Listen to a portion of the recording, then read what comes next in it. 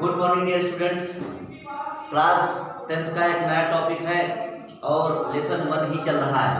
ठीक, लेसन 1 का ही एक नया टॉपिक है। क्लास 10 जो है उसका सब्जेक्ट बायोलॉजी पढ़ाएंगे। ये क्वेश्चन बहुत पेपर में आता है कि पूछ सकता है कि अग्न्याशय पैनक्रियाज पर टिप्पणी लिखिए। पैनक्रियाज पर टिप्पणी लिखिए। पैनक्रियाज क्या होता है, अग्न्याशय क्या होता है। तो आज हम आपको क्लास 10 में बताएंगे कि अग्न्याशय या पैनक्रियाज क्या होता है। तो वीडियो शुरू करने से पहले अगर आप हमारे चैनल पर नए हैं तो चैनल को सब्सक्राइब करें और बेल आइकन को प्रेस करें ताकि आपको हमारे वीडियो आसानी से प्राप्त हो सके। चलिए आइए शुरू करते हैं। तो अग्न्याशय, आज का टॉपिक है अग्न्याशय, पैनक्रियाज। तो सबसे इम्पोर्टेंट क्वेश्चन ये है कि आपसे पूछा जाता है, कई कंपटीशन में भी पूछ दिया जाता है कि हमारे शरीर की एकमात्र मिश्रित ग्रंथि कौन सी है।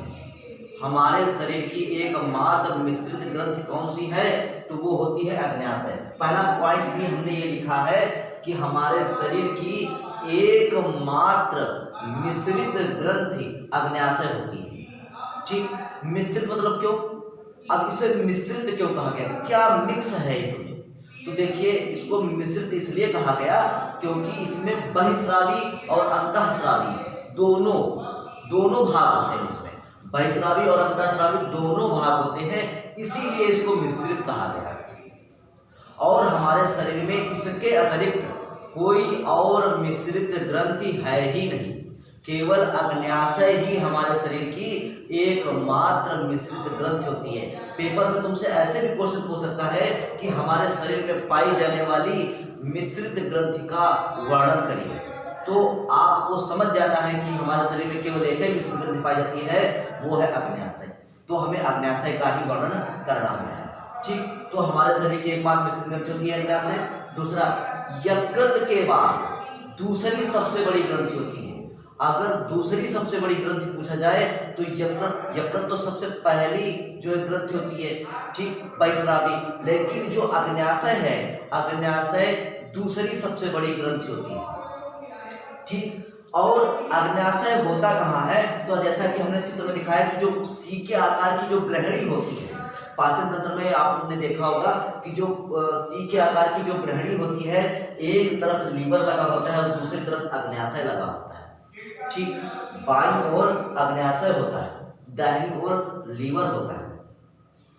ठीक, तो अग्न्याशय जो होता है वो ग्रहणी की दोनों भुजाओं के बीच, एक भुजा और दो भुजा, दोनों भुजाओं के बीच गुलाबी सी पत्ती के आकार की, ऐसी गुलाबी सी और पत्ती जैसी, लगेगा पत्ती जैसी स्ट्रक्चर, तो गुलाबी सी पत्ती जैसी और 60 से 90 ग्राम भार की, कितना, 60 से 90 ग्राम भार की ग्रंथि होती है। ठीक, तो जो अग्न्याशय होता है वो ग्रहणी की दोनों भुजाओं के बीच में गुलाबी सी पत्ती जैसी 60 से 90 ग्राम भार की ग्रंथि होती है। ठीक, तो ये हो गया। अब दूसरा है, अग्न्याशय के दो भाग होते हैं। अगला इसका पॉइंट है, अग्न्याशय के दो भाग होते हैं। पहला भाग होता है बहिस्रावी और दूसरा होता है अंतःस्रावी। ठीक, पहला भाग कौन सा है, बहिस्रावी भाग, और दूसरा है अंतःस्रावी। मोस्ट इंपॉर्टेंट है अंतःस्रावी। अंतःस्रावी क्यों इंपॉर्टेंट दोनों है, लेकिन अंतःस्रावी भाग इसलिए भी इंपॉर्टेंट है क्योंकि ये आपको एक टिप्पणी के रूप में पूछा जा सकता है कि लैंगरहैंस की द्वीपिकाएं क्या होती हैं और कहाँ पाई जाती हैं। प्रश्न पूछा जा सकता है आपको अग्न्याशय से कि लैंगरहैंस की द्वीपिकाएं क्या होती हैं और जो ये कहाँ पाई जाती है। ठीक, तो लैंगरहैंस की द्वीपिकाएं के विषय में हम जानेंगे, इसके बहिस्रावी और अंतःस्रावी भाग क्या होते हैं। ठीक, तो सबसे पहला भाग बहिस्रावी एक्सोक्राइन। ठीक, बहिस्रावी को इंग्लिश में क्या कहते हैं, एक्सोक्राइन। तो यह अग्न्याशय का 90% भाग बनाता है। कितना, 90% भाग, 90% भाग बहिस्रावी ही बनाता है। इस भाग में पूर्ण पाचक अग्न्याशयी रस बनता है। मोस्ट इंपॉर्टेंट कहता है इस भाग में पूर्ण पाचक अग्न्याशयी रस बनता है। अब इस अग्न्याशयी रस हम आपको बता चुके हैं पहले, जब हमने आपको मैकेनिज्म बताई थी, डाइजेशन की मैकेनिज्म बताई थी, क्रियाविधि बताई थी पाचन की, उसमें हमने अग्न्याशय के विषय में और अग्न्याशय के एंजाइमों के विषय में पूरा बताया था पिछले वीडियो में। तो अग्न्याशय को पूर्ण पाचक रस क्यों कहा गया? प्रश्न आपसे ये भी पूछ सकता है अति लघुत्तरी में कि किस रस को पूर्ण पाचक रस कहते हैं? तो अग्न्याशयी रस को पूर्ण पाचक रस कहते हैं। ठीक, क्यों कहते हैं? अगला प्रश्न आता है क्यों कहते हैं? क्योंकि अग्न्याशय में भोजन को पचाने के लिए संपूर्ण एंजाइम मौजूद होते हैं। मतलब यहाँ पर भोजन का पाचन संपूर्णतया जो है किया जा सकता है। तो इसलिए अग्न्याशय में संपूर्ण पाचक एंजाइम मौजूद होते हैं, इसीलिए इसको पूर्ण पाचक रस कहते हैं। ठीक, तो जो बहिस्रावी भाग है यह अग्न्याशय का 90% भाग बनाता है। इस भाग में पूर्ण पाचक अग्न्याशयी रस बनता है जो भोजन के पाचन में सहायता करता है।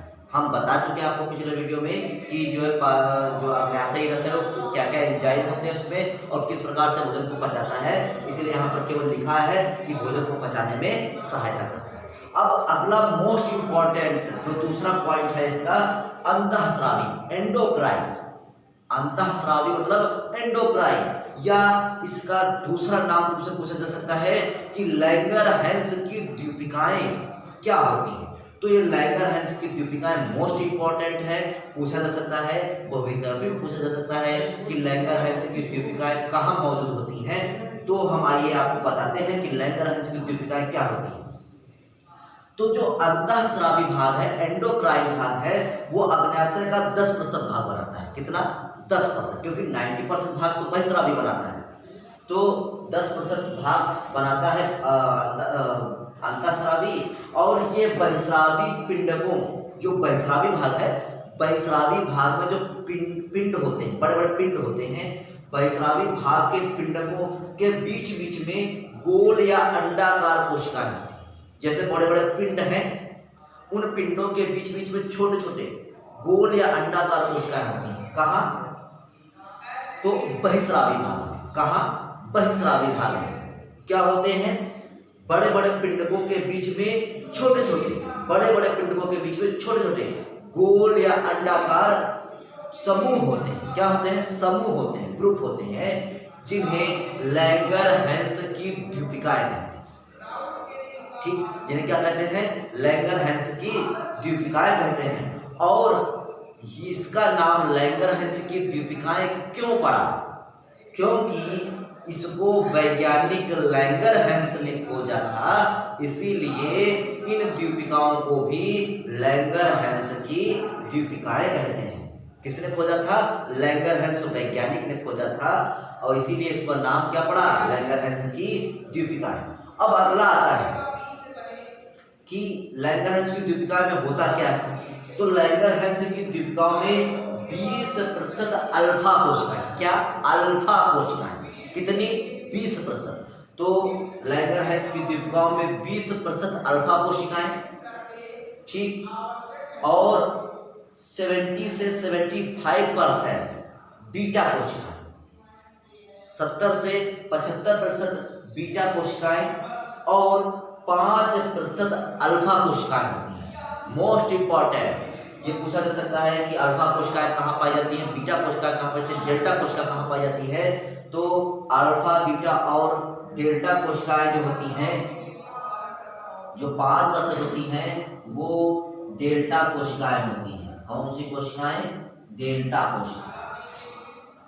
ठीक, अब हम इसका काम बताएंगे आपको कि अल्फा कोशिकाएं क्या होती हैं और बीटा कोशिकाएं का काम क्या है और डेल्टा कोशिका का काम क्या है। देखिए, जो अल्फा कोशिकाएं होती हैं, कौन सी कोशिकाएं?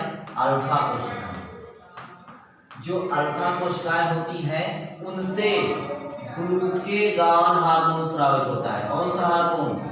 ग्लूकेगॉन हार्मोन स्रावित होता है। कल हमने आपको पिछले वीडियो में बताया था कि ग्लूकोज ग्लाइकोजेनेसिस एंड ग्लाइकोजिनोलिसिस, हमने जब यकृत का वीडियो बनाया था तो हमने यकृत का कार्य बताया था, उसमें इन दोनों हार्मोन के कार्य बताए गए हैं। ठीक, जो बीटा कोशिकाएं होती हैं, वो क्या करती हैं? तो जो बीटा कोशिकाएं होती हैं वो इंसुलिन हार्मोन स्रावित करती हैं। कौन सा हार्मोन? इंसुलिन हार्मोन का स्राव करती हैं। हमने बताया था कि जब अतिरिक्त मात्रा में ग्लूकोज होता है शरीर में तो यही इंसुलिन हार्मोन ग्लूकोज को ग्लाइकोजन में बदल देता है। इसी क्रिया को ग्लाइकोजेनेसिस कहते हैं। और जब हमारे शरीर में ग्लूकोज की कमी हो जाती है तो यही ग्लूकेगॉन हार्मोन जो हमारे शरीर में ग्लाइकोजन इकट्ठा होता है उसको पुनः ग्लूकोज बदल देता है। इस क्रिया को ग्लाइकोजेनेसिस कहते हैं। ठीक, तो अल्फा कोशिकाएं और जो डेल्टा कोशिकाएं होती है, इनका जो अभी कार्य है, वैज्ञानिकों ने भी इसका कार्य बताया है कि जो अल्फा और बीटा कोशिकाएं होती हैं इन पर नियंत्रण करना है। कि जो अल्फा कोशिकाएं और बीटा कोशिकाएं हैं इनको नियंत्रित करता है। ठीक, तो ये इंपॉर्टेंट कोशिकाएं हैं। इंपॉर्टेंट जो है इसका प्रश्न है, ये अग्न्याशय इंपॉर्टेंट है। आप अग्न्याशय को अपनी नोटबुक पर लिखेंगे, फेयर पर लिखेंगे और इसको पढ़ेंगे, समझेंगे, याद करेंगे। कोई प्रॉब्लम आएगी तो आप इसको हमसे कमेंट में पूछ सकते हैं।